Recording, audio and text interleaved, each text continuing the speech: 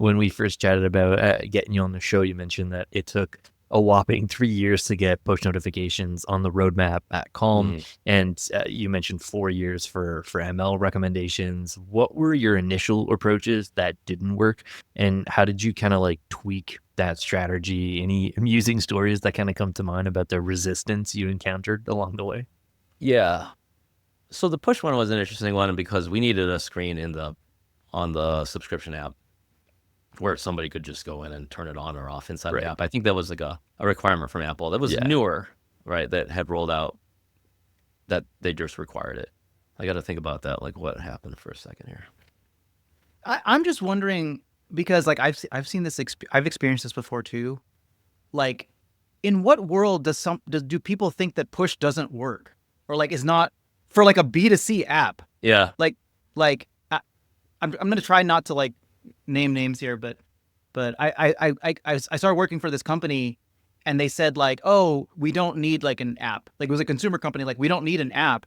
And like the because it's so basic, you often don't even know how to respond. You're just like, what?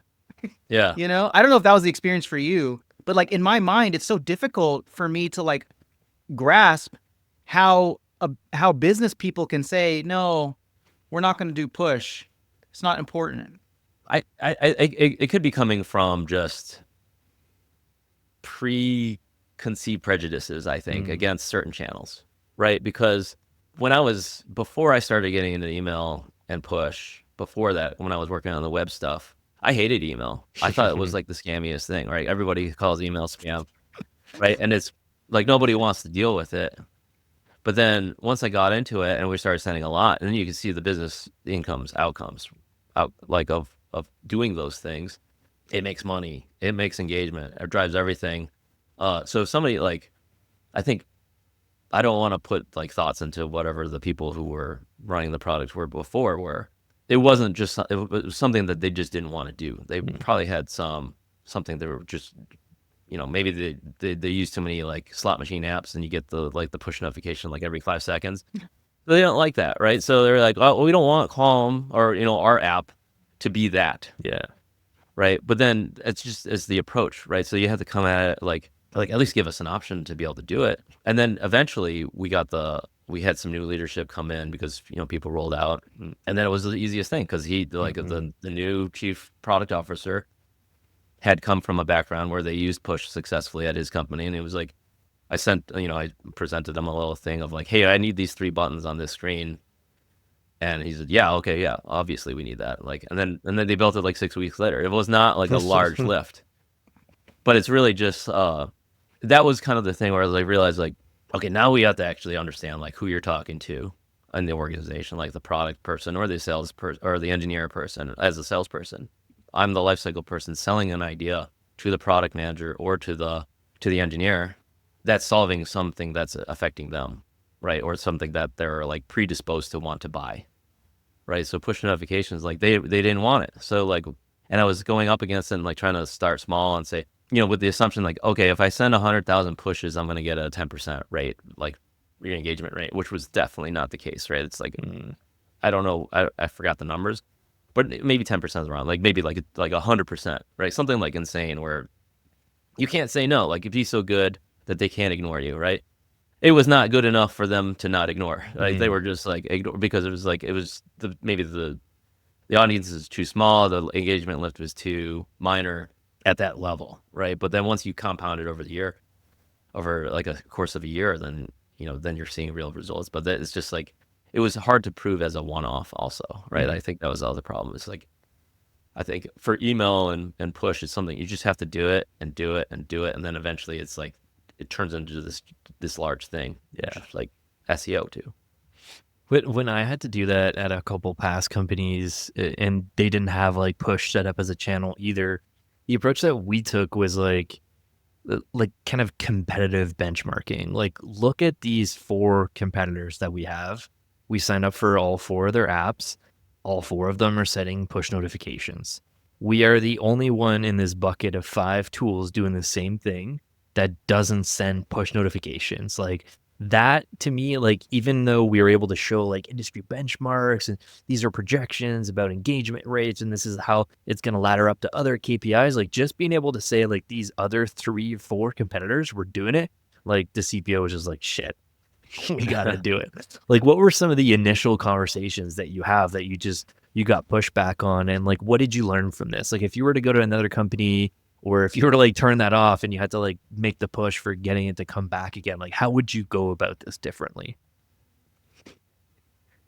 Interesting. Yeah, I mean, maybe a part of the problem or part of the friction was that we're the number one for that during that time. So Yeah. it's like we're number one. We don't need to do these things Yeah. that other people are trying to catch up to. I mean, I think if we turned them off, we would see the dip. It'd be like you would see the engagement rates go down, and it would say, "Hey, we turned this off on this date. It's there." Like I don't know what that is, like a reverse A/B test almost. Essentially a A/B test, right? In order to sell it back, or like maybe we're trying to sell it into another organization or something like that. I don't know. It's like it's table stakes at this point. I think that was it. Just you just have to at least have the option to do it. It's just I mean it's built into everything anyway. It's like so easy to like Yeah, I mean, I love the fact how I think you took a very data-driven approach, just showing the data of why push is effective as a channel and driving engagement and business results. And then you have to show that to leadership so that they say, okay, that we have to invest in this. But I think that what's surprising to me and it sounds like to all 3 of us is the fact that you had to do that in the first place. yeah. Like, why did you have to? What a waste of time. But anyway, what can you do? Well, But, I think the hard thing is because push it's not a great sales channel. Yeah. Like I don't find that you can send a push and somebody's going to buy something from you. Right. So it's kind of removed from, and this is a problem that we've had for some other things of like, it's hard to prove that the engagement lift eventually turned into the monetary lift. Right. And I don't sit on the data science and stuff like that. So I don't know where all those like the flywheels go, but it's just the fact that it's like, it's like a first or second derivative away from the dollars. That is a little bit harder to prove. that also seems very,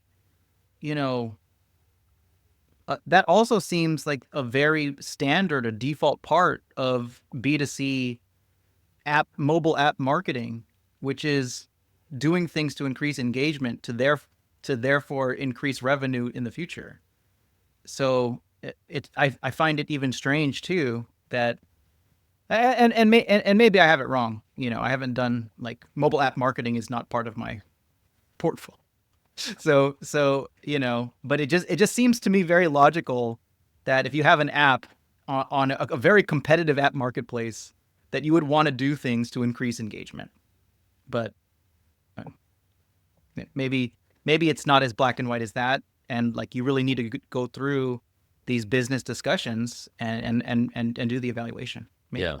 I mean, it could have been, and again, I'm not the product managers, but like, it's like the engagement, maybe there is, because they look at different parts at different quarters, and maybe like they're looking at onboarding for the first quarter, although, engagement on the first week is definitely, could be driven by push, but they also don't want to turn people off either. That's true. Right. Just by being annoyed. So there's always that balance. I don't know how product managers balance like frequency and stuff, in terms of like turning people off or dissuading them from using the app. Cause like you said, you get the push notifications from us.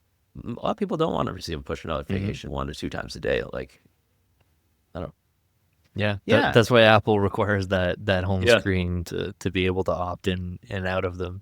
I joined a company where they were doing push already, but it was very poorly done. Like you could tell that the person that was asked to do it like was just trying to get this off their plate really quickly, and it was literally the same message every single day, every morning, basically prompting the person to like log back into the app and like do this one action, right? And I built a team of lifecycle managers who were able to break up that onboarding funnel into a couple different stages, and we called it like activation. And there was a huge drop off from the number of people on that first day within the first couple of hours that didn't do X, Y, and Z. And so the push after they opted in for it was 100% dedicated to just doing these 2 checklist items. And eventually we had like a checklist in there after. And so to your point, I think it is like harder to demonstrate that engagement metrics lead to revenue. I think that like a lot of companies have done like the data science work to prove it. And I think that like that's part of the selling story of Lifecycle. Like we improve activation and that helps retention. And both of those are levers to monetization. Like that's the whole kind of growth flywheel there. Like if someone's not active and using the product, they're not going to upgrade and like add more things to their plan.